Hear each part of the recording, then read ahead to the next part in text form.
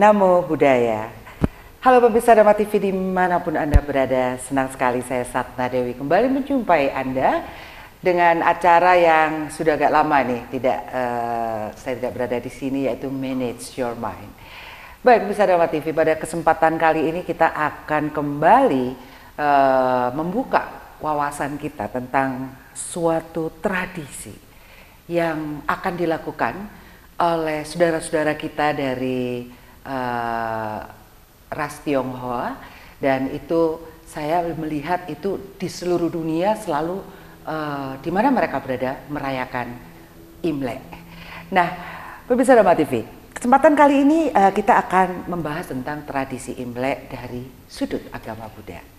Kita akan berbincang-bincang dengan narasumber kita yang luar biasa, dan Anda pasti sudah mengenal beliau, Bhikkhu Dhammawicaya Mahathera. Apa kabar Namo Buddhaya Bante? Ya, Sukyoto, Namo Buddhaya, kebahagiaan menjadi milik kita bersama ketika kita bersama-sama meningkatkan kebijaksanaan untuk mendapatkan sinar di dalam batin dan pikiran kita sebagai cara menemukan damai dan bahagia. Itulah yang terpenting.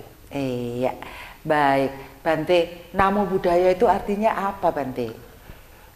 Ya, sebenarnya bisa dikatakan banyak arti. Namo itu berdasarkan hubungan ayah, mama dan papa kita digabungkan jadi satu. Itulah yang bisa menyebabkan kita bisa menjadi manusia yang tersadarkan. Ketika kita manusia itu ya sebagai manusia ini untuk bisa mencapai tujuan ke sana. Bisa juga pujilah beliau yang maha suci. Pujilah beliau yang tercerahkan, seperti itu.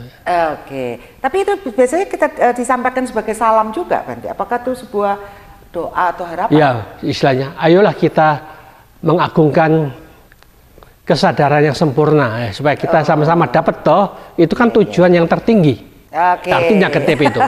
Karena saya lihat banyak sekali pejabat kita kalau berpidato pasti dibuka dengan salam. Salah satunya adalah Namo Buddhaya. Iya. Apakah mereka mengerti arti itu gitu loh Bante? Kan macam-macam Bante. Ternyata sekarang banyak tuh, semua diucapin gitu kan. Ya, bagus loh supaya adanya toleransi seperti itu. Mungkin dengan ini jadi lebih memahami ketika beliau berkata. Saling menghormatin istilahnya. Iya, iya. Baik, Bante, ini kalau nggak salah Imlek ini tanggal 22 Januari ya? Iya. 22 Januari 2023.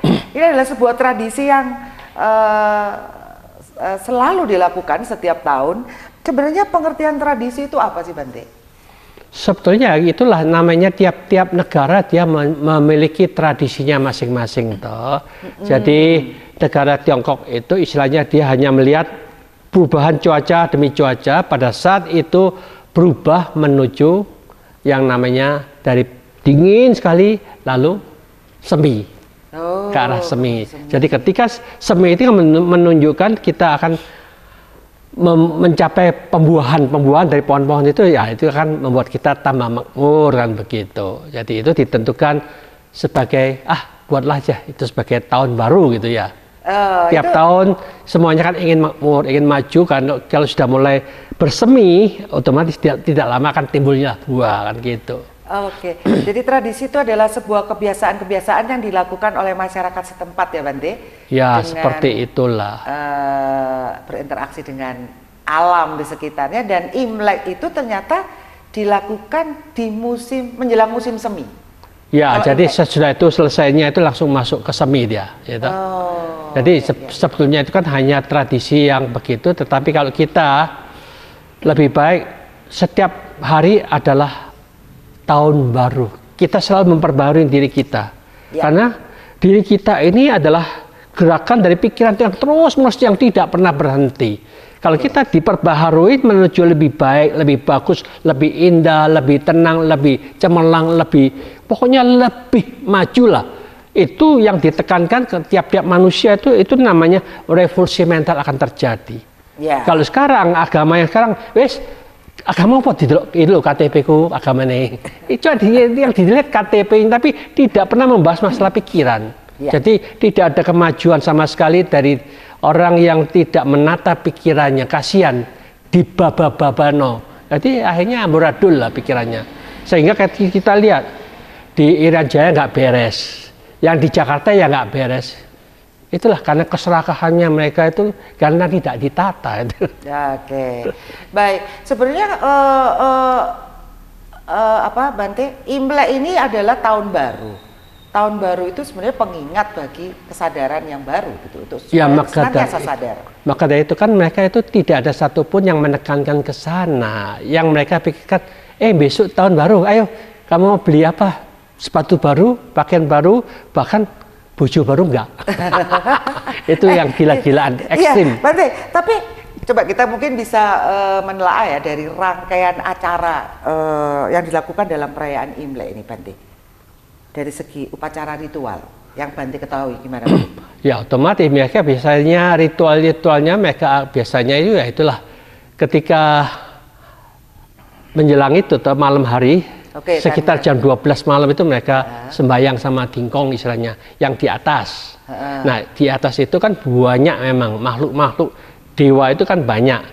Yang namanya dingkong itu raja dari dewa. Raja dari dewa kalau kita lihat dari versi agama Buddha itu adalah Dewa Saka yang menjadi raja di alam surga tingkat kedua yang ikut mengatur mengawasin dunia ini bagaimana. Maka itu mereka itu punya tanggung jawab yang begitu besar. Tetapi bukan bahwa Dewa Saka ini yang paling berkuasa. Dia masih ada bagian-bagian. Bagian dewa api lah, dewa petir lah, dewa angin lah, dewa macam-macam, ya toh, dewa air lah, dewa bumi lah. Jadi dengan demikian itu ada bagian-bagiannya. Ada sistemnya berarti ya? Iya, jadi kalau kita katanya mas satu tuh pusing loh yang ngatur itu. Makanya itu seperti kita di Indonesia juga begitu. Ada presiden, ada gubernur ya toh, wali kota, ya, dan lurah dan macam-macam inilah harus dia punya tanggung jawabnya. Baik, Bante. Balik lagi nih ke Imlek ini sebenarnya apakah benar ini cuman perganti itu tadi ritualnya setelah malam berdoa terus habis itu gimana Bante urut-urutannya pagi? Ya pagi itu ya mereka itulah makan-makan bersama dengan miswa gitu yang panjang-panjang mie yang panjang dengan ada telurnya jadi supaya mie itu panjang simbolik dari panjang umur. Telurnya itu bisa tambah kesuburan macam-macam. Oh gitu ya. Iya. Lambang itu dan doa juga berarti ya afirmasi doa dong Bante. Ya maka itu yang afirmasi doa itu tidak ditekankan dalam keluarga masih kurang. Kurang ya. Jadi itu seharusnya memang tugas-tugas mereka yang mengikuti tradisi itu biasanya Konghucu yang harus menekankan. Oh, untuk lebih maka dalam itu lagi gitu ya. Kurangnya dari para Konghucu menekankan ajaran, mereka tidak mau mengeluarkan ilmunya. Jadi dengan demikian ya otomatis. Kalau mereka tidak menyebarkan gitu. Ilmunya macam-macam nggak ada yang tahu toh ya. Jadi maka itu itulah sayangnya jadi guru-guru yang khusus bagian Konghucu, yang bagian ini dan itu ya harusnya aktif lah. Menyebarkan ilmunya, ya toh. Kalau pejabat-pejabat sekarang juga misalkan dari menteri ini menteri itu aktif juga menyebarkan informasinya melalui Instagram lah ini kan pemerintah kan tahu, masyarakat kan tahu wah ini perlu itu informasinya masalah pertanian bagaimana ya toh, masalah pendidikan itu bagaimana, masalah pengairan itu bagaimana semuanya dijelaskan di Instagram oleh mereka masing-masing. Wah itu baru mereka tahu, oh ini ternyata pejabat-pejabat, pimpinan-pimpinan menjalankan tugas dengan baik ini ya dah. Ya. Kalau sekarang kita tidak ada berita, tidak ada informasi, malah beritanya politik yang negatif semua beritanya. Jadi belum jadi tradisi yang baik ini. Iya itu, maka itu ya. Harus ada perubahan lah. Iya, harus ada perubahan. Berarti ini balik lagi nih Bante ke Imlek nih.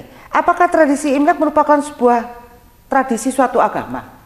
Apakah umat Buddha merayakan Imlek?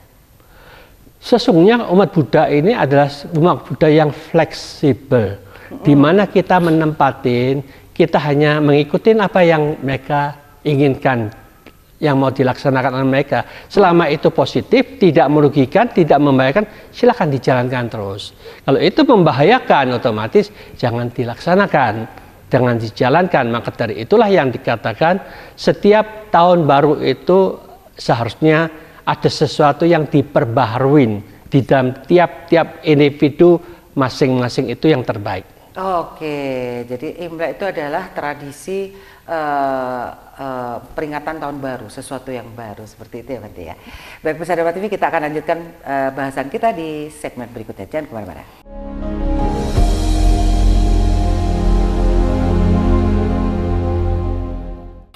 Baik pemirsa Dharma TV, masih di Manage Your Mind dan tentunya masih bersama saya Satna Dewi dan narasumber kita Bante Dhamma Wijaya Mahatera. Kita lagi bahas tentang tradisi Imlek menurut agama Buddha.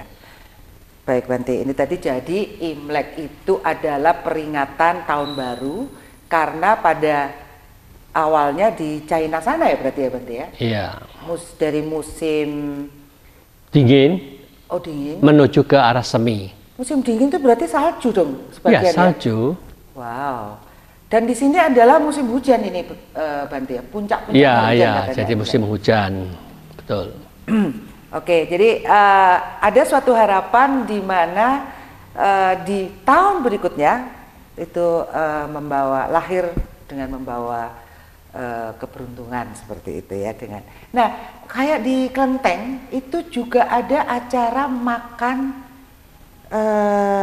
cap gomeh kalau nggak salah Bante yang gratis untuk masyarakat. Cap gomeh itu sesudah 15 hari kemudian atau 2 minggu kemudian gitu. Jadi waktu di dalam cap go tanggal 15 itu. Ini kan tanggal 1. Lalu 14 hari kemudian kan cap go. Nah, cap gomeh itu mengharapkan kita mendapatkan bintang terang. Ayo kita berpesta pora seperti itulah. Supaya kita sama-sama senang, sama-sama makmur, sama-sama maju gitu. Capgo ya? Iya, Capgo 15. Oke.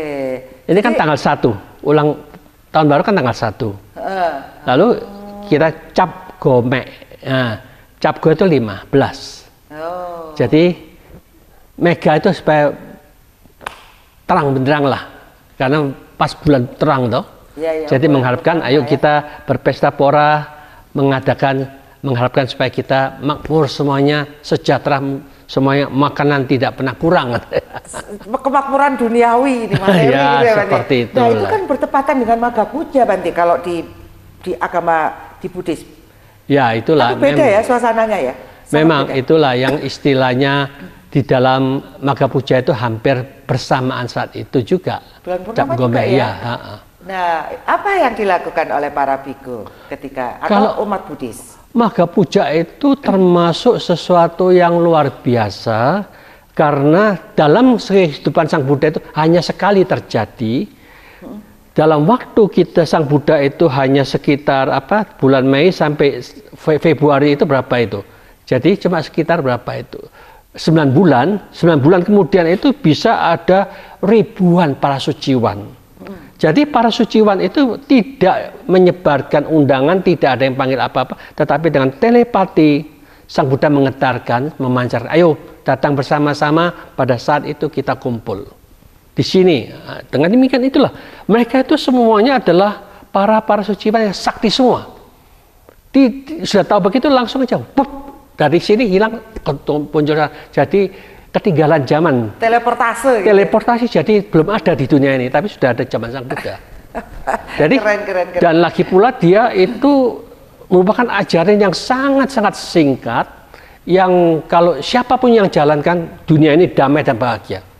Jadi agama itu bukan pemaksaan. Maka itu Sang Buddha katakan kesabaran adalah satu latihan yang tertinggi. Nah, kalau kita latihan sabar, lalu kita harus tahu, kalau ini sudah latihan yang tertinggi, untuk mencapai quality batin yang tertinggi itu apa? Nibbanang paramang sukang. Kemampuan untuk mengolah pikirannya, memadamkan semua penderitaan dan menyingkirkan semua kekotoran batin, itulah yang terbahagia. Nah, siapapun juga yang masih melakukan ucapan, tingkah laku, perbuatan yang tidak baik, tidak benar, menyakiti siapapun, dia tidak pantas dikatakan rohaniwan. Jadi ukurannya terang toh.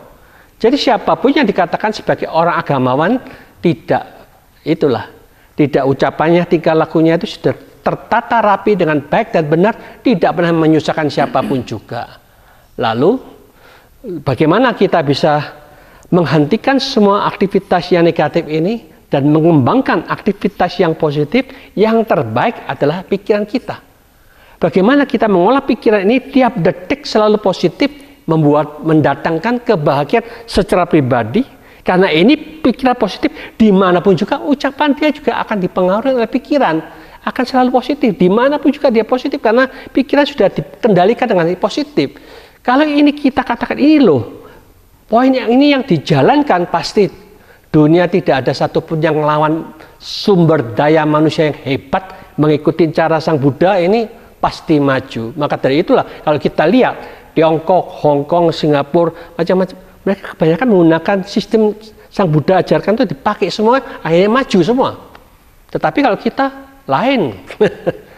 Nah, mari kita renungkan bersama itu. Ya renungkan lah. Renungkan ya. Benarkah gitu. Nah, ya Bante. Nah, di dalam tradisi suku-suku di China, apakah memang mereka secara tradisi, ini tradisi apa agama sih sebenarnya Bante kalau Imlek ini?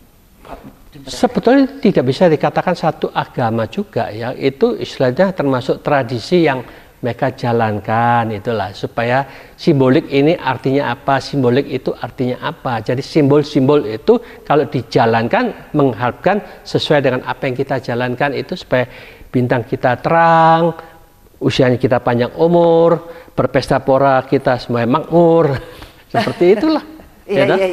Iya Bante. Kok bertolak belakang banget sama bertolak, sebenarnya ada nggak kait yang cocok sinkron dengan ajaran Buddha di Imlek? Ya selama itu kan kita kalau diperhatikan ya tidak ada satupun yang merugikan dan membahayakan. Kan itu sebagai gerakan-gerakan untuk di duniawi seperti itu ya dipersilakanlah, karena itu tidak merugikan siapa-siapa. Tetapi kan lebih ditekankan alangkah indahnya tiap-tiap orang ada perubahan di dalam manajemen cara berpikir mereka, dirubah setiap saat untuk lebih baik, lebih bagus. Itu gimana? Itu yang lebih penting lah. Ya, jadi itu adalah tradisi yang ya seperti di sini mungkin grebek deso, upacara-upacara seperti itu ya, tradisi-tradisi kayak gitu ya berarti. Terima kasih kepada Ibu Bumi, terima kasih kepada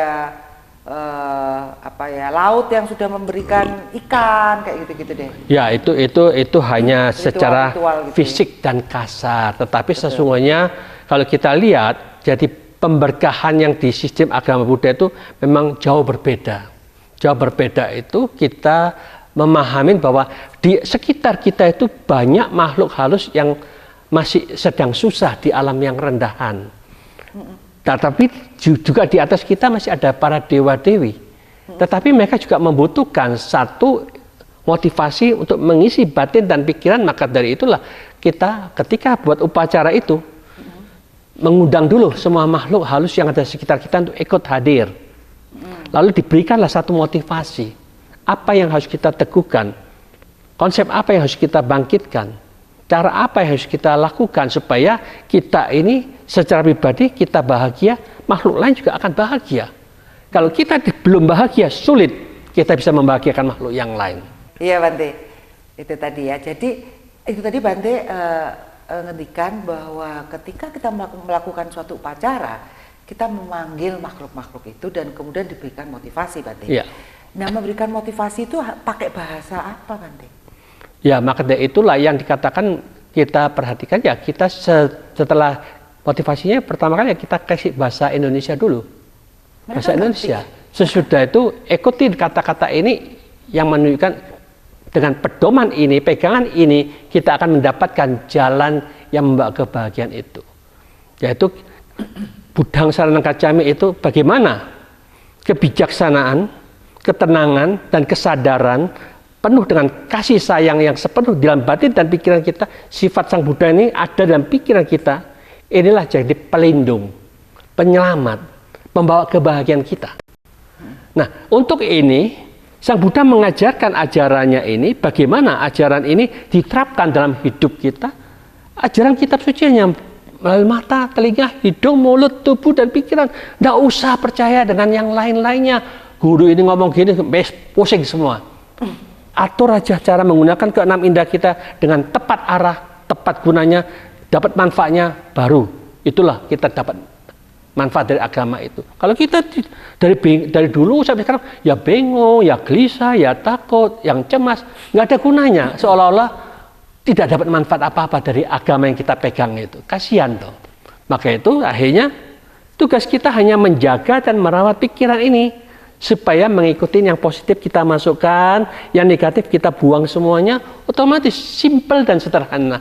Itulah siswa-siswa Sang Buddha yang menjalankan seperti ini, mereka dijamin pasti bahagia.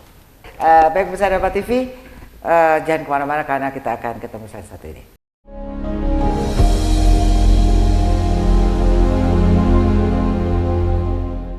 Ya, pemirsa Dharma TV masih di Manage Your Mind bersama saya Satna Dewi dan narasumber kita Bhikkhu Dhamma Vicayo Mahathera, dan tentunya dalam tema tradisi Imlek dan dari sudut kacamata agama Buddha.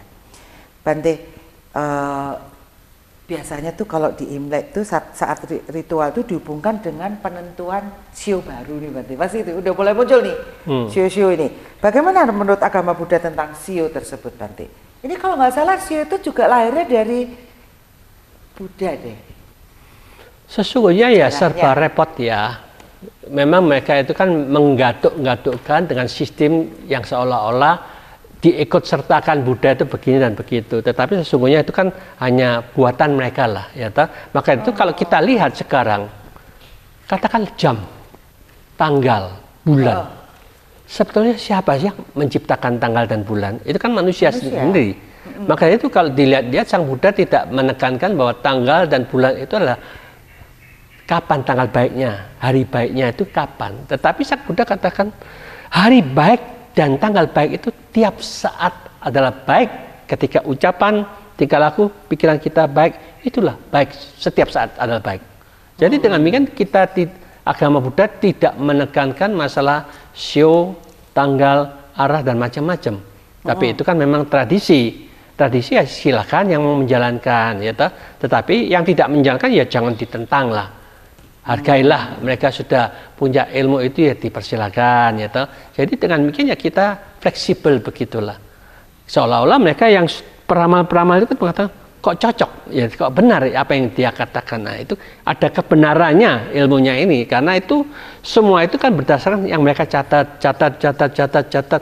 Oh ada kecocokan, yang cocok ini dikumpulkan jadi buku kan, gitu, seperti itulah. Jadi dengan demikian ya kita hargailah keberanian mereka untuk mencatat pengalaman-pengalaman mereka itu. Maka dari itulah kita tahu bahwa ada kecocokannya. Tetapi bukan berarti 100% cocok. Ya. Jadi kisah bahwa Buddha itu didatangi oleh binatang, mulai dari apa itu ya? Tikus, kayak ya gitu, seperti itu. Itu sebenarnya beneran nggak sih Bante? Ya kan kalau kita lihat di Tipitaka sih nggak ada seperti itu. Ada, ya? Jadi itu kan itu hanya khayalan mereka untuk menciptakan seolah-olah itu benar-benar didukung ceritanya dari Sang Buddha kan gitu. Oh, untuk memperkuat dan membuat itu jadi lebih yakin gitu. Yakin gitu ya Pak Bante ya. Oh gitu Bante. Ini saya bertanya kepada narasumber yang kompeten di bidangnya. Jadi ternyata kisah Sang Buddha bertemu dengan hewan-hewan di dalam shio itu ternyata itu hanyalah imajinasi katanya Bante. Ya seperti itulah. Oke, untuk membuat kita semakin yakin. Jadi Bante, kalau di dalam ajaran Buddhis berarti tidak ada tahun yang lebih baik dari tahun yang lalu, atau yang penting adalah setiap saat kita berbuat baik melalui pikiran, ucapan, tingkah laku. Itu yang paling penting supaya kita bisa bermasyarakat di dalam dunia ini menciptakan damai dan bahagia bagi semua pihak lah, ya toh. Kalau kita hanya punyaku, agamaku yang terbaik, yang lainnya saling ejek mengejek kan tidak ada manfaatnya semua itu. Ya, kalau saya lihat tradisi di Klenteng yang di Boldi ya, yang sudah lama sekali tuh tradisi makan bersama. Jadi cap gome itu tadi berarti 14 hari sesudah Imlek ya Bante ya? Iya. Berarti kalau besok itu Imlek tanggal 22 ya kira-kira tanggal 22 tambah 14. Tanggal 3 Februari. Oh, tanggal 3 Februari ya. Itu ada Cap Gomeh dan di situ saya lihat inilah kerukunan dari Arema nih, arek-arek Malang ini. Ya. Ketika semuanya berkumpul makan bareng disajikan lontong Cap Gomeh. Ini seni kulinernya ya Bante ya yang ini. Selama di China, Bante pernah nggak makan Cap Gomeh ini? Apakah ini makanan asli dari sana? Saya sesungguhnya ya ke China itu bukan pada bulan-bulan saat itu ya. Oh. Jadi bulan yang lainnya. Jadi pas saat itu ya kita tidak ikutin acara yang di sana. Tetapi ya kalau kita lihat ya kita bisanya hanya lihat dari itulah, dari parabola ya toh. Oh, jadi dengan demikian ya itulah yang kita lihat, yang mereka tayangkan. Iya, oke. Bante, yang saya ingin tahu juga, Siddhartha Gautama itu berasal dari daerah India, Bante. Kenapa ajarannya bisa menyebar ke China dan begitu banyak orang China yang juga menganut Buddhism? Karena sesungguhnya gini ya, kita harus bilang bahwa Siddhartha Gautama itu adalah lahir di daerah Nepal. Nepal itu kalau dilihat-lihat ya orangnya sebagai Mongolis ya, Mongolia ya toh. Mongol itu berarti ya bentuknya seperti Chinese begitu ya toh. Jadi otomatis maka itu Sang Buddha ini badannya kuning keemas-emasan gitulah. Jadi dia sangat-sangat seperti itu. Jadi dengan demikian ya otomatis kalau dilihat ya otomatis dia bukan modelnya India. Bukan India ya. Bukan India. Lihat dari rambutnya yang saya Bante kan keriting gitu Bante kalau dilihat ya, itu, dan tidak gundul lah, itu yang selalu kenapa kok tidak digambarkan? Sebetulnya memang serba sulit dikatakan bahwa itu namanya seni. Jadi kalau seni itu dia bisa membayangkan apa yang menunjukkan variasi yang baik, makanya dia seolah-olah keriting pentul-pentul besar banyak itu begitu banyaknya kebijaksanaan di dalam otaknya itu seolah-olah itulah yang ditunjukkan. Karena Sang Buddha ini memang bukan orang biasa, karena beliau sudah mencapai kebuddhaan, itu belajar yang terdalam, itu selama 49 hari lagi. Tidak makan, tidak tidur, tidak minum, itulah yang dikatakan pencapaian Nirodha Samapatti yang mampu memadamkan semua gejolak pikiran, tidak ada aktivitas yang terlalu besar dalam tubuh jasmani sehingga dia tidak membutuhkan energi untuk tubuh. Yang dibutuhkan hanya pikirannya yang begitu cemerlang, itu dia menganalisa dan menyelidiki sedalam-dalamnya. Jadi dengan demikian memahami semua alam semesta ini bagaimana proses kewajarannya, sampai memahami itu baru dia selesai tugasnya, yang tertinggi sudah dicapai, semuanya ilmu diperoleh, sehingga Sang Buddha katakan, aku ajarkan cukup hanya segenggam daun yang ada di hutan-hutan itu. Jadi ada ilmu yang begitu banyak yang tidak penting tidak diajarkan. Tetapi kita di dunia ini belajar ilmu-ilmu yang dikatakan Sang Buddha tidak terlalu penting, tapi di dunia yang katakan itu penting. Jadi bolak-balik akhirnya mereka stres semua. Karena menentang, ini caranya untuk membuat kita damai, tapi ilmu yang dipelajari semuanya buat aku bingung dan stres semua. Seperti itulah wajarnya. Ya, itu yang ilmu yang segenggam itu tadi, baru segenggam Bante, udah bingung semuanya, udah nggak paham Bante. Segenggam ini adalah inti poin yang penting, karena kita diminta untuk memahami dengan penuh kejujuran apa saja sih penderitaan yang kita alamin. Mengapa kita menderita? Ternyata kita ingin tidak seperti ini, supaya kita tidak menderita. Ingin kita bisa mendapatkan sesuatu yang kita inginkan. Nah, itu bertentangan di sinilah, keinginan ini menyebabkan penyebab dari semua penderitaan. Makanya itu Sang Buddha katakan, oh ternyata hanya permainan pikiran kita. Kalau kita bisa mampu memadamkan permainan pikiran kita, tidak terlalu banyak memikirkan, membuang semua pemikiran yang membuat kita gelisah, takut, cemas, dibuangkan, disingkirkan, padamlah semua penderitaan itu. Tapi jalannya untuk mencapai kebahagiaan itu tergantung ucapan, perbuatan kita itu loh. Itu membuat lingkungan kita damai dan bahagia.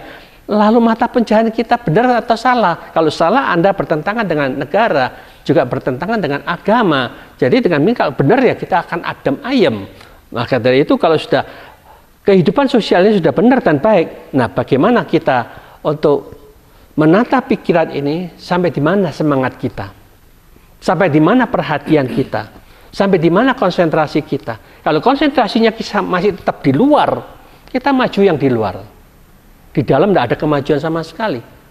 Maka itu Sang Buddha lebih menekankan, masuklah ke dalam, berusaha, meningkatkan perhatian, bagaimana membaca gejolak pikiran kita, supaya kita bisa memahami arah mana yang positif, yang membuat kita menciptakan kebahagiaan, arah mana yang membuat kita menderita, jangan dipikirkan, jangan diarahkan lagi ke sana. Inilah yang dikatakan samadhi itu. Kalau konsentrasinya selalu benar, selalu baik, selalu menciptakan kebahagiaan positif ini, pasti akan menghasilkan dengan nyata. Jadi ini bukan khayalan.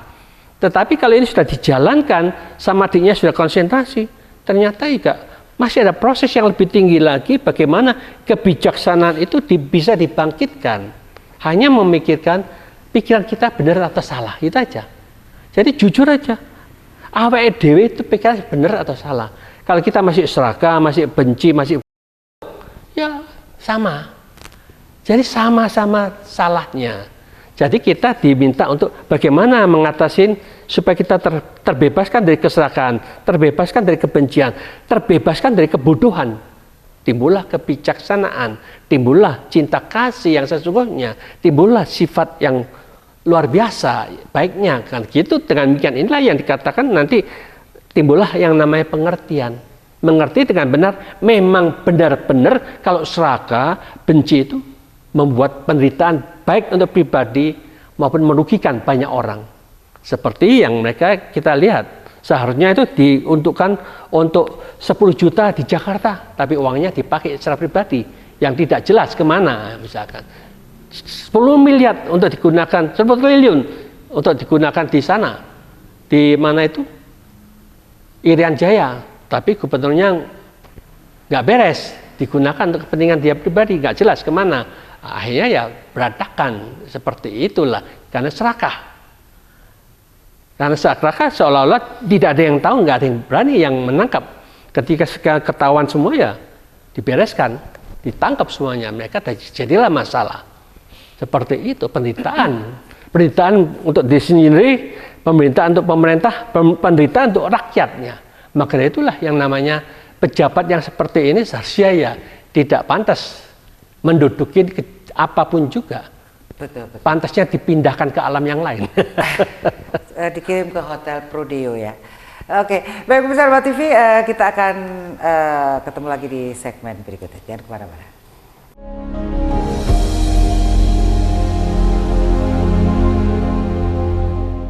Baik pemirsa Dharma TV, kita lanjutkan bahasan kita mengenai tradisi Imlek dan agama Buddha.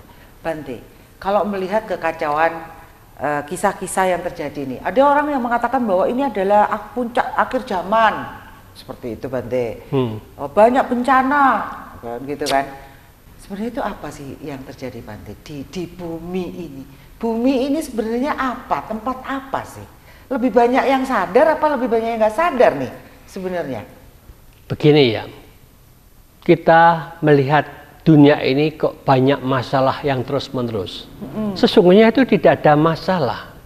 Tetapi kita ini yang mencari masalah. Karena apa? Beritanya kan masuk ke TV, yang kita lihat tiap hari ya TV aja. Beritanya masuk ke YouTube, yang kita lihat cari sendiri di YouTube.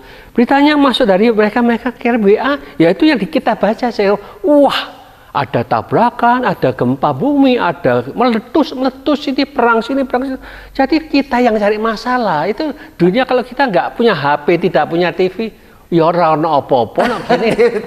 Nah ya itu kita sendiri yang cari masalah. Maka itu sesungguhnya problem itu ya kita yang ciptakan. Bukan dunia ini yang banyak masalah. Yang buat masalah pikiran gini yang arahnya salah, masalah itu dipikirkan. Jadi demikian ini betul. Termasuk juga dunia adalah akan kiamat, dunia ini akhir zaman. Itu sudahlah, buang semuanya cerita-cerita yang dunia mau kiamat lah, akhir zaman lah. Podo nggak ngerti deh, kiamat ya bareng-bareng.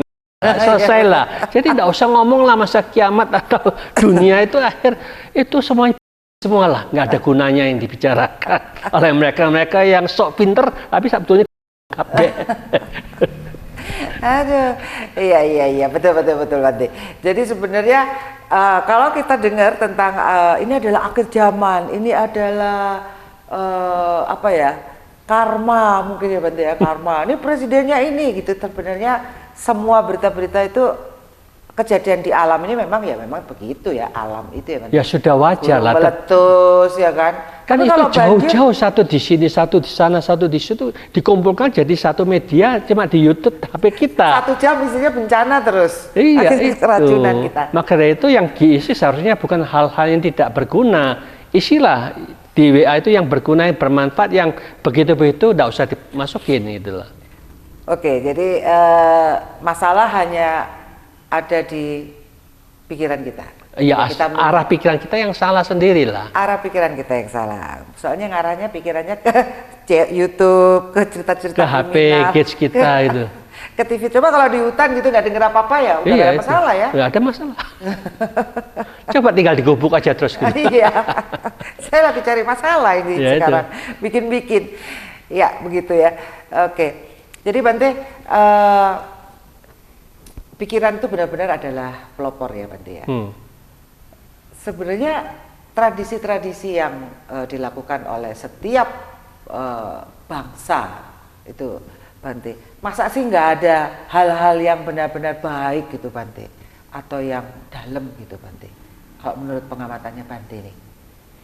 Sesungguhnya gini ya, tradisi dari bangsa itu juga tergantung dari yang lama-lama. Bagaimana mereka menekankan. Kalau masing-masing hanya menekankan tradisi-tradisi yang terlihat yang mereka jalankan, otomatis itu tidak ada satupun yang dalam. Tetapi tradisi yang terdalam itu hanya satu-satunya jalan, yaitu kita duduk meditasi, diam untuk melihat masuk ke dalam pikiran kita, menganalisa pikiran kita, bagaimana mengolah pikiran ini dengan tepat arahnya, bagaimana kita bisa membuang sampah-sampah dalam pikiran kita yang tidak perlu, yang tidak ada gunanya, bagaimana kita hanya fokus ke hal-hal yang positif yang menuju ke arah kebersihan, kejernihan batin dan pikiran. Nah, itulah tradisi yang terbaik. Maka dari itulah yang dikatakan kita harus memahami apa itu pikiran benar dan pengertian yang benar ini dengan jelas dan tegas. Kalau ini dua hal ini yang penting tidak pernah dibahas, sesungguhnya kita ini inti yang penting nggak pernah dibahas. Yang dibahas sesuatu yang podo nggak rone, ya toh? Ya. Yang dia bahas masalah apa? Pengertian benar sama tadi itu apa Bante? Pikiran benar. Pikiran benar dan pengertian benar. Iya. Ini apa saja Bante? Banyak nggak?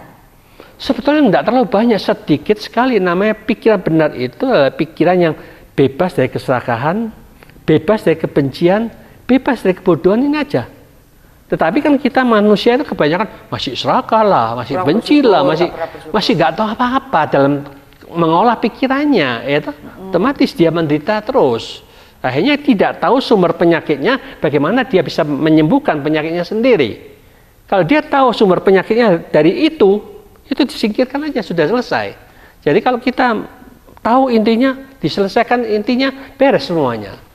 Kalau kita juga tidak memiliki pengertian benar, apa yang membuat kita menderita? Yang membuat kita ya inilah serakah, benci dan tidak tahu mengolah pikirannya, kita menderita gara-gara itu. Coba kalau kita keserakahannya dikurangin, kebencian dikurangin, kebodohan kita tahu sedikit. Oh, caranya untuk membebaskan dari penderitaan itu gimana? Nah, ini dibuang. Kalau kita bisa membuang 30%, ya lumayan. Kita sudah mendapatkan cara untuk membebaskan 30% penderitaan kita, sudah kita singkirkan. Masih sisa 70%. Tugas kita juga sama, buang ini. Yang sumbernya ini dibuang, mampu 40%, kita lebih bahagia 40%, dan seterusnya sampai 100% bebas dari kesalahan, bebas dari kebencian, bebas dari kebodohan. Kita juga bebas dari semua beban penderitaan kita, tidak ada dalam pikiran kita. Itulah yang namanya ajaran Sang Buddha adalah teknologi cara berpikir yang super dahsyat, tapi bukan dipercaya, harus dijalankan, dilaksanakan baru tercapai. Kalau tidak ada yang jalankan, podo ae. KTP ini tok sing Buddha, ya itu. KTP ini tok beragama. Jadi kebanggaan menjadi seorang Buddhism ini harus dinyatakan benar dengan perilakunya, dengan latihan-latihan yang dilakukan ya Bante. Ya itu istilahnya sebagai seorang Buddhism yang sungguh-sungguh itu Sang Buddha hanya mengatakan ada 4 siswa Sang Buddha yang utama. Satu yang mereka sudah mencapai Sotapati, pala, kesucian tingkat pertama yang telah dia capai, berarti dia sudah membersihkan 30% penderitaannya. Jadi dia sudah terlihat lebih bahagia daripada kita-kita. Yang satunya yang dikatakan Sakadagami, siswa Sang Buddha yang mampu membersihkan kekotoran batinnya 40%. Dan yang satunya lagi Anagami, mereka yang sudah mampu membersihkan 50% kekotoran batin, mereka lebih halus, lebih damai dan lebih bahagia. Tapi ada kemelekatan yang kuat di dalam kehalusannya, kelembutannya untuk bisa masuk di arupa jana. Nah ini kalau sudah dia bisa membersihkan keterikatannya ini, dia bersih total. Jadi siswa Sang Buddha yang telah membersihkan 100% dan kekotoran batinnya, itulah mereka sudah mencapai kondisi yang sama, mencapai Sawaka Buddha, sama-sama bersih, murni, batin terbebaskan dari semua penderitaan, dia mencapai kebahagiaan yang sangat super tinggi. Nggak dilahirkan kembali itu? Ya? Akan dilahirkan kembali nggak? Kalau sudah yang tertinggi tidak perlu lahir lagi. Oh, oke. Kita sebenarnya setiap manusia harusnya menujunya ke situ ya Bante ya. Bukan yang ke surga yang masih penuh dengan ada nafsu-nafsunya harusnya ya. Tapi kan ya masih jauh tak Bante. Masih jauh Bante. Baik Bante, kurang 3 menit ini Bante. Moga diberikan kesimpulan perihal Imlek menurut Buddhism. Mari kita bersama-sama merayakan dengan sukacita di tahun baru Imlek ini.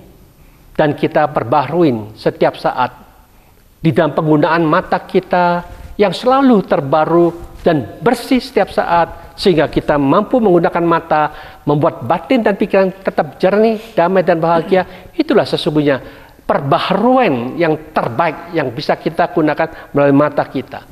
Demikian juga, marilah kita bersama-sama tiap hari perbaharui cara menggunakan telinga kita. Apapun yang kita dengarkan, masuk dalam batin dan pikiran kita, tetap jernih, tetap bersih, tetap damai, tetap bahagia. Itulah sesungguhnya kita mendapatkan manfaat di dalam cara memperbaharui penggunaan telinga kita. Demikian juga hidung, mulut, tubuh, dan pikiran ini. Gunakan semuanya terhadap sensasi apapun juga yang muncul, selalu gunakan cara yang terbaru setiap saat, sehingga dengan demikian perbaharuan demi perbaharuan yang kita munculkan ini akan menimbulkan kejernihan, keheningan, kedamaian, dan kebahagiaan, bebas dari semua penderitaan. Disitulah yang dikatakan kita mampu menciptakan setiap hari adalah kita merayakan tahun baru, karena kita mampu memperbaharui teknik, cara berpikir, cara menggunakan keenam indera kita yang super dahsyat ini, sehingga kita mampu menciptakan selalu jernih, hening, tenang, damai, dan selalu bahagia. Itulah kita bisa merayakan, mengatakan Kongsi Fa Cai, Wan Se Rui, Senti Jian Kang. Semoga kita selalu berbahagia di setiap saat, mendapatkan kemakmuran, kesejahteraan, bebas dari semua penyakit, tercapai yang dicita-citakan.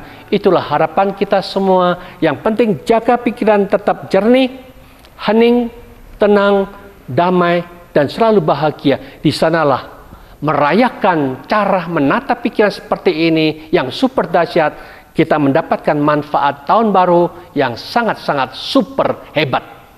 Sekian, baik, terima kasih Bante. Wah ini semua saudara-saudara, saudara itu ternyata satu udara. Kita adalah saudara satu udara. Terkena energi doanya Bante, semoga di tahun baru ini kita dapat benar-benar tercapai visi dan misi hidup secara optimal. Selamat tahun baru Imlek buat saudara-saudara semua. Baik pemirsa Dharma TV, usai sudah acara kita, dan tentunya saya Satna Dewi beserta kru Dharma TV mengucapkan banyak terima kasih dan mohon maaf jika ada kesalahan pada kesempatan kali ini. Kata akhir saya, semoga semua makhluk berbahagia. Sadhu.